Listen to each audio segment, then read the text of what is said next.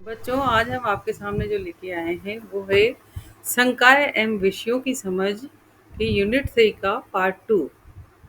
संकाय एवं विषयों की समझ की यूनिट 3 अध्ययन क्षेत्र की विषय वस्तु का सेकंड पार्ट लेके आए हैं।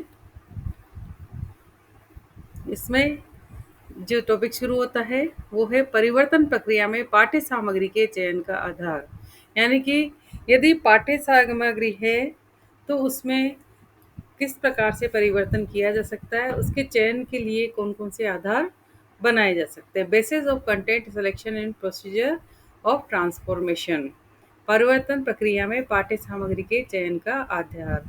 पाठ्य सामग्री को चयन करने के लिए हमें कौन सा आधार होने चाहिए, इस बात को ध्यान में रखे कुछ बिंदु इसमें आते हैं। जैसे शिक्षा के अंतर्गत शिक्षण, अनुदेशन, प्रशिक्षण की क्रियाओं को प्रयुक्त करते हैं। जब हम शिक्षा के बारे में पढ़ते हैं तो शिक्षा सिर्फ शिक्षा शब्द ही नहीं है, बल्कि शिक्षा को दूसरे तक देने के लिए शिक्षण यानी कि पढ़ाने का तरीका, अनुदेशन यानी कि इंस्ट्रक्शन तथा प्रशिक्षण यानी कि ट्रेनिंग की क्रियाओं को प्रयुक्त करते हैं, जिसमें छात्रों में अपेक्षित व्यवहार परिवर्तन किया जाता है। जिसमें छात्रों में क्या होता है, यदि बच्चा शिक्षा लेगा, ट्रेनिंग लेगा, तो उसके व्यवहार में परिवर्तन अवश्य आएगा। एक छोटा बच्चा जब अपनी माँ के परिवार के बाद विद्यालय में जाता है तो विद्यालय से में अपने सहपाठियों के साथ, अपने टीचर्स के साथ खेलता कूदता है, पढ़ाई करता है, अन्य गतिविधियां करता है, तो उसके व्यवहार में धीरे धीरे परिवर्तन आने लगता है।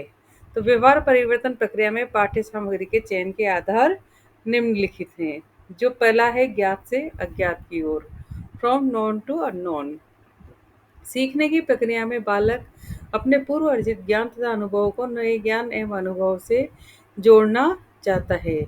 शिक्षण प्रक्रिया में अध्यापक भी बालक के प्रति यही कार्य करता है। वह बालक के पूर्व ज्ञान के आधार पर नए ज्ञान को जोड़ने की चेष्टा करता है।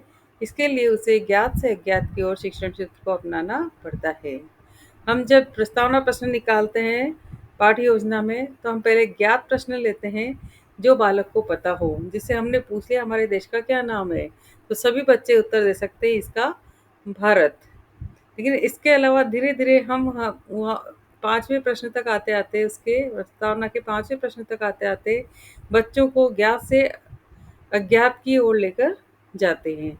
यदि बालकों को विविध फूलों पत्तियों के बारे में ज्ञान कराना है तो सर्वप्रथम उनके आकार, रंगों के बारे में जानकारी करानी होगी और इसके बाद उनके विभिन्न गुणों तथा उपयोगों के बारे में बताना होगा। यदि बच्चे को बताएंगे फूल है या ये पत्तियां हैं तो बालक फूल और पत्ती में ही समझेगा। लेकिन जब उसकी एक एक चीज बताएंगे कि ये गुलाब का फूल ऐसा होता है, ये मोगरे का ऐसा होता है, या ये अ, चमेली का ऐसा होता है, या उसको अलग अलग कर अलग अलग रंग और उनके आकार, उनकी पत्तियों के बारे में गहराई से अध्ययन करवाएंगे तो वो उसको बाद में उसको सीख पाएंगे।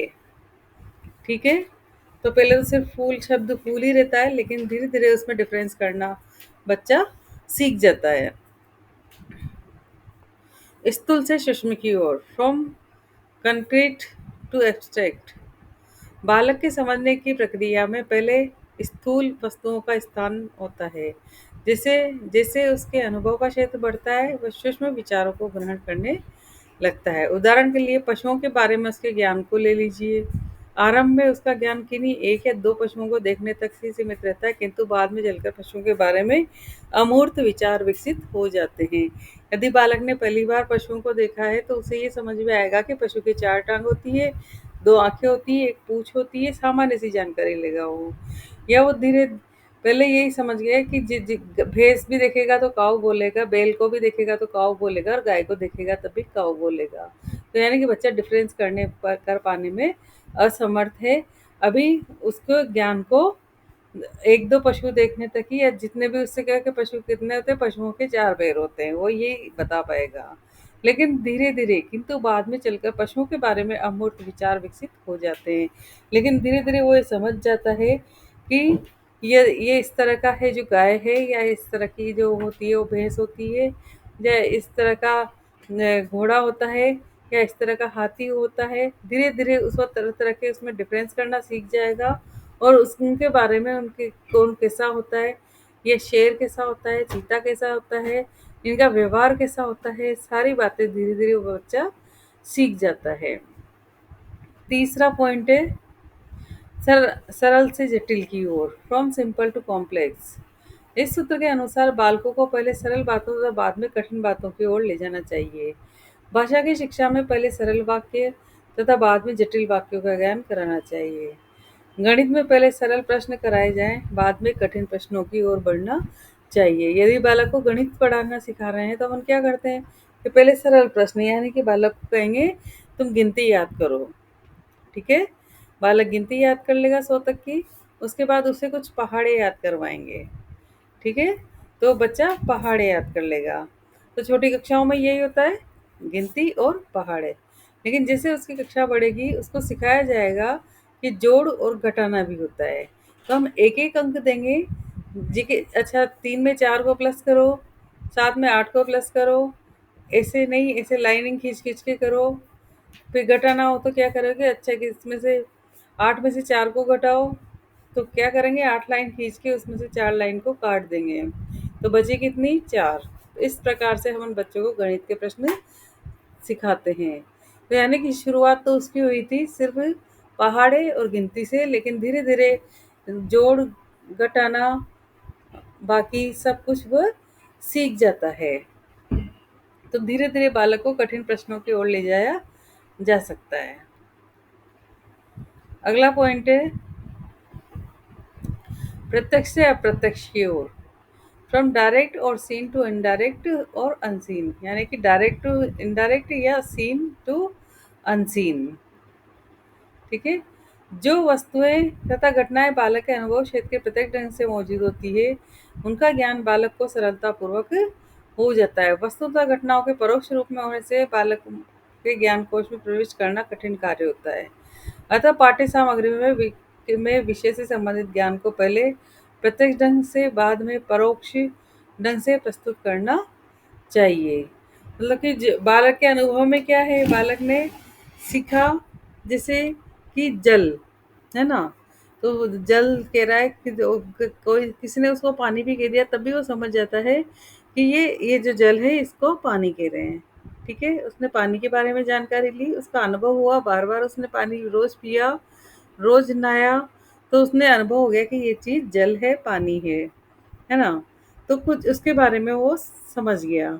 लेकिन वस्तु तथा घटनाओं के परोक्ष रूप में होने से उनका बालक के ज्ञान कोश में प्रवेश कराना कठिन कार्य होता है। यानी कि कोई घटना उसके सामने नहीं घट के पीछे घटित हुई हो। जैसे यदि उससे ये कहा, उसके बालक ने जल की तो जानकारी ले ली, लेकिन उसको सामने सीधी चाय बनाकर ला दें और फिर ये इसमें कह दें इसमें जल है, तो बालक नहीं मानेगा, क्योंकि बालक ने उसे बनते हुए देखा ही नहीं है ना। तो ये कठिन कार्य हो जाएगा कि ये इसमें जल है। तो इसके लिए क्या करेंगे कि जैसे साइंस में होता है कि बालक को बताया जाता है कि इस केमिकल में ये केमिकल मिलने से ये वाला केमिकल बनेगा। ठीक है, तो उसी तरीके से बालक को लैब में ले जाकर हम उसको एक एक, जैसे सोडियम क्लोराइड बनता है तो उनको उसे प्रैक्टिकल करके सिखा सकते हैं। और यदि कुछ दिनों तक हमने ये चीज़ उसे सिखाई तो धीरे धीरे उसका जो ज्ञान वर्धन हो जाएगा, वह अन्य चीज़ों के बारे में भी तुरंत सीख जाएगा, उसको बार बार प्रैक्टिकल करने की आवश्यकता नहीं रहेगी। ठीक है, अगला है पूर्ण से अंश की ओर, फ्रॉम होल टू पार्ट। मनोवैज्ञानिक दृष्टिकोण के अनुसार हमारे प्रत्यक्षीकरण की प्रक्रिया पूर्ण रूप से अंश की ओर होती है, अर्थात हम पूर्ण का प्रत्यक्षीकरण करते हैं, इसके पश्चात अंशों का। उदाहरण के रूप में जब हम पेड़ के चित्र को देखते हैं तो उसका रूप हमारे प्रत्यक्षीकरण में पेड़ का संपूर्ण रूप आता है। पेड़ के भागों जैसे तना, शाखाएं, पत्तियां, फूल, फल आदि के बारे में हमारा ध्यान बाद में जाता है। तो क्या होता है पूर्ण से अंश की ओर, क्या है, जैसे हमने कहीं किसी पेड़ को देखा तो हमारे दिमाग में ये आता है कि ये एक पेड़ है, और अधिकांश पेड़ ऐसे ही होते हैं, नीचे तना होता है, ऊपर पत्तियां और फल फूल होते हैं। ठीक है, तो हमारे दिमाग में पिक्चर क्लियर हुई कि ये एक पेड़ है। लेकिन हम क्या करेंगे पेड़ के बाद, उसके बाद संपूर्ण रूप है ना, उसके अंश की ओर कैसे जाएंगे कि अरे इसमें तो है ना ये वाले फल उग रहे हैं, इसमें ऐसी वाली पत्तियां होती है, इसमें ऐसे वाले फूल उगते हैं। तो उसके आधार पे हमारा ध्यान जाता है और फिर हम उसे डिफरेंस कर पाते हैं कि आम का पेड़ है तो आम के पेड़ की पत्तियां ऐसी होगी, उस पे फल ऐसे लगेंगे, उसका तना ऐसा होगा, वो उसके पेड़ की ऊंचाई इतनी होगी, है ना, उसका घनापन इतना होगा। सारी बात हम धीरे धीरे उसमें समझ जाएंगे। तो हम से पहले तो संपूर्ण का दर्शन करते हैं, संपूर्ण देखते हैं, उसके बाद धीरे धीरे उसके अंशों के बारे में अध्ययन करते हैं। अनिश्चित से निश्चित की ओर, फ्रॉम इंडेफिनेट टू डेफिनेट। बालक का मस्तिष्क अपने वातावरण के संपर्क में अनिश्चित से निश्चित की ओर बढ़ता है। जिस प्रकार एक अन्वेषक अनिश्चित तथ्यों के आधार पर निश्चित तथ्यों की प्राप्ति करता है, उसी प्रकार शिक्षार्थी का मस्तिष्क कार्यशील रहता है। बालक सीखने की प्रथम अवस्था में अनिश्चय की दशा में रहता है और बाद में चलकर वह निश्चय की स्थिति में पहुंचता है। मतलब क्या कह रहे हैं कि हम अनिश्चित से निश्चित की ओर, मतलब जैसे ही कोई व्यक्ति किस क्या कोई अन्वेषक किसी तरह की जब खोज करने लगता है तो उसे ये भी पता नहीं होता कि मैं खोज तो कर रहा हूँ लेकिन पहुंचूंगा कहाँ तक, है ना। जब वो सही दिशा में सही निश्चित तथ्य लेते हुए आगे बढ़ता है तो उसका जो मस्तिष्क है वो कार्यशील अवस्था में रहता है और बार बार उस मस्तिष्क में जो विचार आते हैं उनके अनुसार कार्य करता है और उसमें प्रयासरत रहता है। तो सीखने की प्रथम अवस्था में बालक अनिश्चय की दशा में रहता है। यदि हमने बालक को पहले आ ई सिखाए, ये सब सिखाए और फिर धीरे क सिखाया, स्वर वोवल सिखा दिए, उसके बाद उन्हें एक एक को जैसे क के साथ क म ल सिखा दिया, तो वो समझ जाएगा कि ये कमल या तो पुष्प है या किसी का नाम है, उसे बताया जाएगा। धीरे धीरे जब वह उसकी एक एक अक्षर को अलग नहीं पढ़ के उनको मिक्स पढ़ना शुरू कर देगा, पूरे शब्दों को पढ़ना शुरू कर देगा, तो वो निश्चय की स्थिति में पहुंचेगा कि हाँ इस अक्षर को इस जगह पे यहाँ पे काम में लिया जाता है। ठीक है, तो वो निश्चय की स्थिति में पहुंचता है। अगला है विशिष्ट से सामान्य की ओर, फ्रॉम पर्टिकुलर टू जनरल। बालक पहले विशिष्ट बातों की ओर आकर्षित होता है, बाद में सामान्यकरण की ओर अग्रसर होता है। विज्ञान के शिक्षण में इस सूत्र का उपयोग करने के लिए शिक्षक सर्वप्रथम उपयोगों उदाहरणों को प्रस्तुत करता है। इसके पश्चात वह छात्रों से सामान्य नियम निकलवाता है। इसी प्रकार गणित के शिक्षण में भी उदाहरण तथा मुख्य मुख्य समस्याओं के आधार पर सामान्य नियम बनाए जाते हैं। तो हमारा टॉपिक था विशिष्ट से सामान्य की ओर। तो इसमें क्या करते हैं, शिक्षण में सूत्र का उपयोग करने के लिए शिक्षक सर्वप्रथम उपयोगों तथा उदाहरणों को प्रस्तुत करता है ना। पहले किसी चीज का उपयोग बताया, फिर उससे संबंधित उदाहरण हमने प्रस्तुत किए। उसके पश्चात छात्रों से सामान्य नियम निकल, जब बालक के सामने उसका उपयोग बता देंगे, उसका उदाहरण बता देंगे, तो फिर बालक के ऊपर छोड़ेंगे कि वो क्या करता है। तो बालक उससे सामान्य नियम निकालता है कि इससे संबंधित ये चीज ऐसे भी होती है, तो ऐसा इस चीज को बार बार यूज करने से यही हो रहा है, तो एक नियम निकलता है कि ऐसा करने पर यही होगा। बार बार एक ही रिजल्ट आता है तो वो एक नियम बन जाता है, एक ही रिजल्ट आने पर नियम बन जाता है। इसी प्रकार गणित के शिक्षण में भी उदाहरण तथा मुख्य मुख्य समस्याओं के आधार पर सामान्य नियम बनाए जाते हैं। जैसे गणित के शिक्षण में क्या होता है कि बालक बार बार जोड़ कर रहा है या बाकी कर रहा है या घटा रहा है या भाग दे रहा है, जो भी कर रहा है, तो इसमें गणित के शिक्षण में भी उदाहरण का उपयोग करते हुए बालक बार बार उन्हें उदाहरणों को करेगा, उन चीज़ों को समझेगा, तो एक उसके दिमाग में नियम बन जाएगा कि इसी तरह से करने से, जैसे उसको दे दिया 4+4 8, फिर उसके बाद 42+42 प्लस करके इसके नीचे लिखो, उसके बाद 2 अंकों के, फिर तीसरे अंक दे दिया 423+423।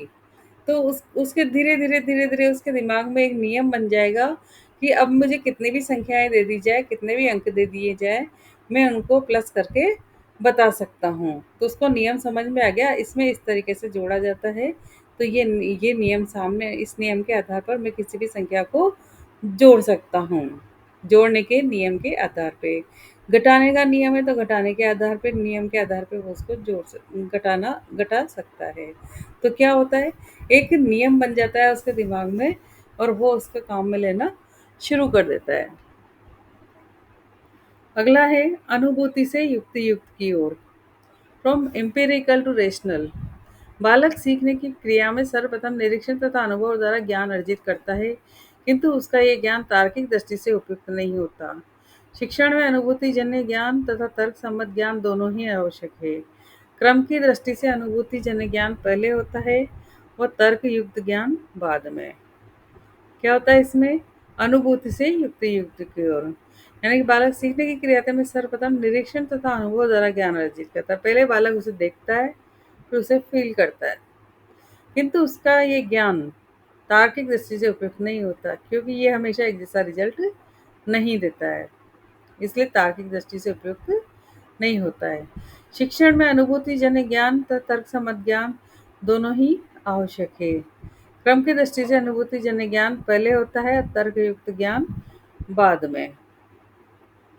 छात्र को सर्वप्रथम अपने अनुभव द्वारा ज्ञान प्राप्त करने के लिए सचेत किया जाता है। इसके पश्चात तार्किक दृष्टिकोण अपनाने के लिए प्रशिक्षित किया जाता है।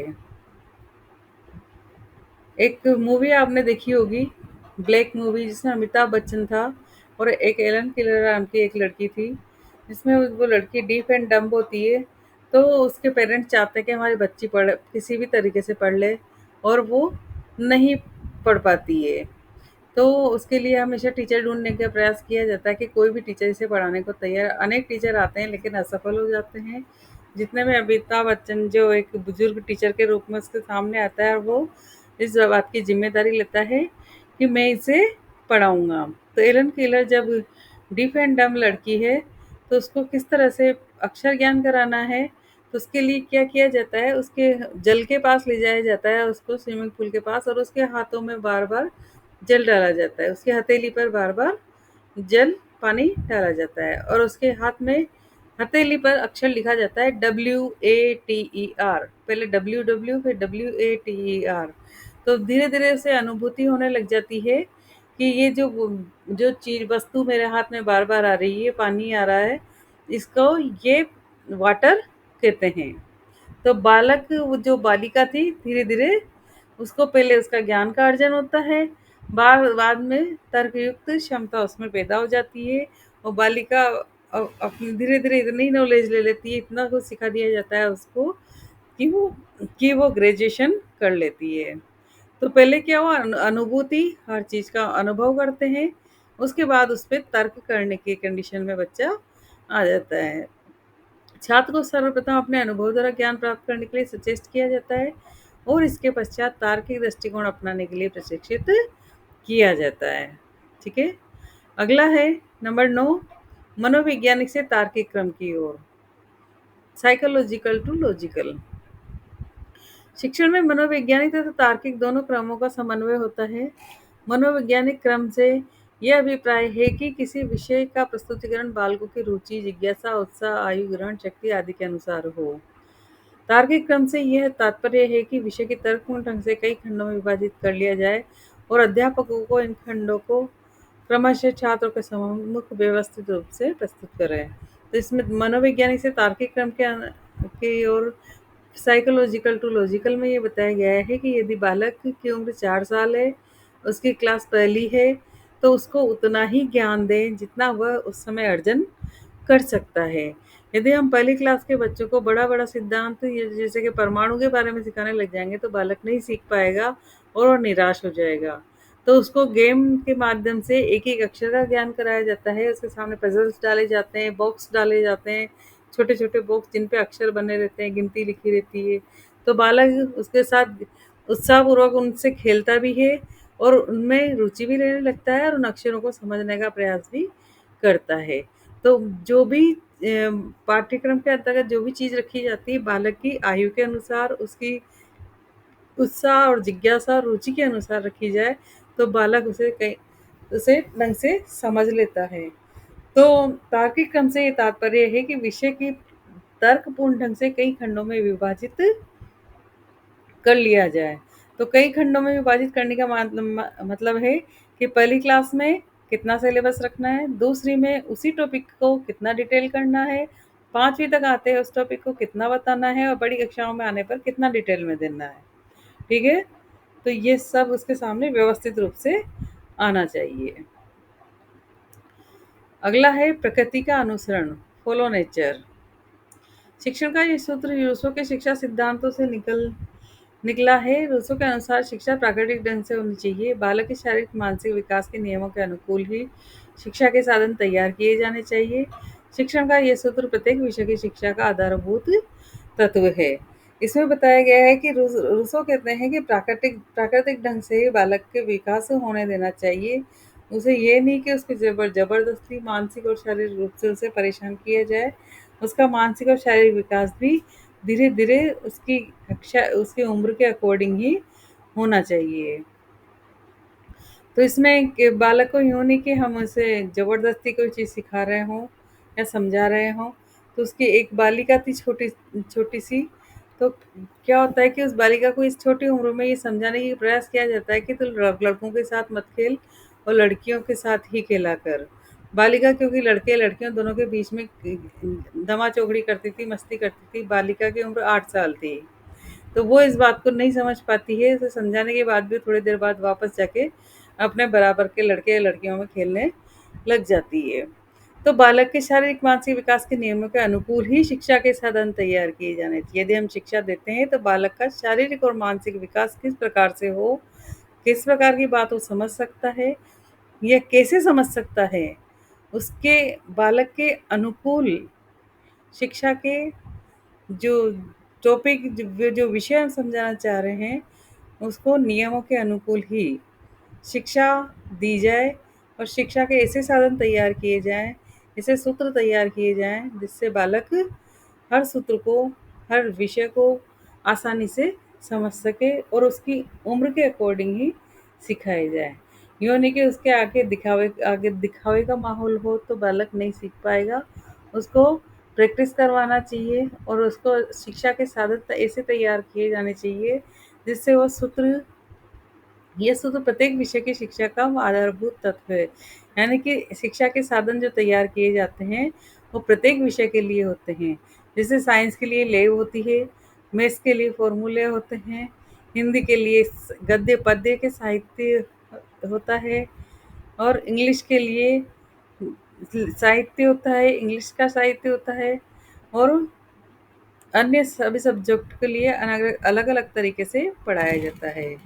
बालक को ईवीएस पढ़ाई जाती है छोटी कक्षाओं में और बड़ी कक्षाओं में वो विज्ञान और एसएसटी के रूप में अलग अलग विषय तैयार किया जाता है। तो बालक को जब भी उसके कोई चीज़ सिखाई जाए तो बालक के शारीरिक मानसिक विकास के नियमों के अनुकूल ही शिक्षा के साधन तैयार होने चाहिए और वो इतना नेचुरल तरीके से होना चाहिए कि बालक उस पर बर्डन महसूस नहीं करे। तो ये चीज़ मैंने आपको ठीक से समझा दी। फिर इसके अगले पार्ट में अगला टॉपिक लेके फिर आपके सामने आएंगे। तब तक के लिए हमारे चैनल को लाइक शेयर और सब्सक्राइब करें। धन्यवाद।